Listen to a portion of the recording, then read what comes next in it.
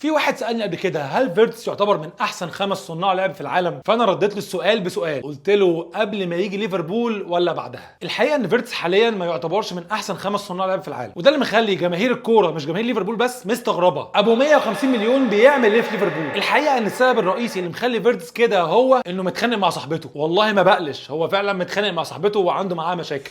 يا عم اقسم بالله يا عم اغرق، هو ده صانع اللعب اصلا؟ هتقول لي يا فيرود كلمني كوره فوقك من جو صاحبته والهزار ده، هقول لك حاضر. وده بقى السبب التاني، مراكز زي صناعه اللعب والجناحات لما بتروح من الدوري الالماني او الفرنسي للدوري الانجليزي بتعاني شويتين، لانك لو شفت ايكيتيكي هتلاقيه متالق مع ليفربول، وده طبيعي لان مركز المهاجم اقل تعقيدا شويه. المهم يعني ان فيرتس مش لاقي المساحات اللي كان بيلاقيها في الدوري الالماني، ولو لاحظت في معظم اجوانه او لقطاته هتلاقيه دايما كان بيجي من ناحيه الشمال، حتى لو كان في القلب فهو كان بيميل شويه ناحيه الشمال، عكس لعبه مع ليفربول. فيرتس بيجي في مناطق متاخره شويه في نص الملعب ويبقى مايل اكتر ناحيه اليمين، فانت مش لاقي المساحات اللي كنت بتلاقيها في الدوري الالماني وبتلعب في عدله غير عدلتك، فده يخليك لعيب كوره عايز وقت تتاقلم شويه مع طريقه الفرقه الجديده. ضيف على كده ان تقريبا ما افتكرش ان في لعيب الماني نجح في الدوري الانجليزي غير مايكل بالك وكان اصلا منحوس، فبرضه ثقافه اللعيبه الالمان مش بتليق قوي مع الدوري الانجليزي. هل ده معناه بقى ان فيرتس مش هينجح مع ليفربول؟ الاجابه لا، ممكن ينجح عادي جدا، احنا بس اللي بنستعجل شويه على لعيبه الكوره الغاليين شويه. ممكن عادي فيرتس يقعد دور كامل بيقدم لك المستوى ده، وانا الحقيقه مش هكون قلقان، ده طبيعي. هبقى قلقان لو الموسم كله قضاه بنفس الطريقه المقرفه. على العموم جمهور ليفربول مستني اول اسيست او جول لفيرتس، وانا حاسس انها قريب. في رايك انت بقى، هل فيرتس جاي فعلا ولا صفقه مقلب وتخرتق لنا في فلوسها؟ يا ريت تقول لي في الكومنتس. المهم ما تنساش تعمل لايك وفولو، والاهم من ده دعم اخواتنا اللي بيعانوا اشد المعاناه. كان معاك الفيرود وسلام.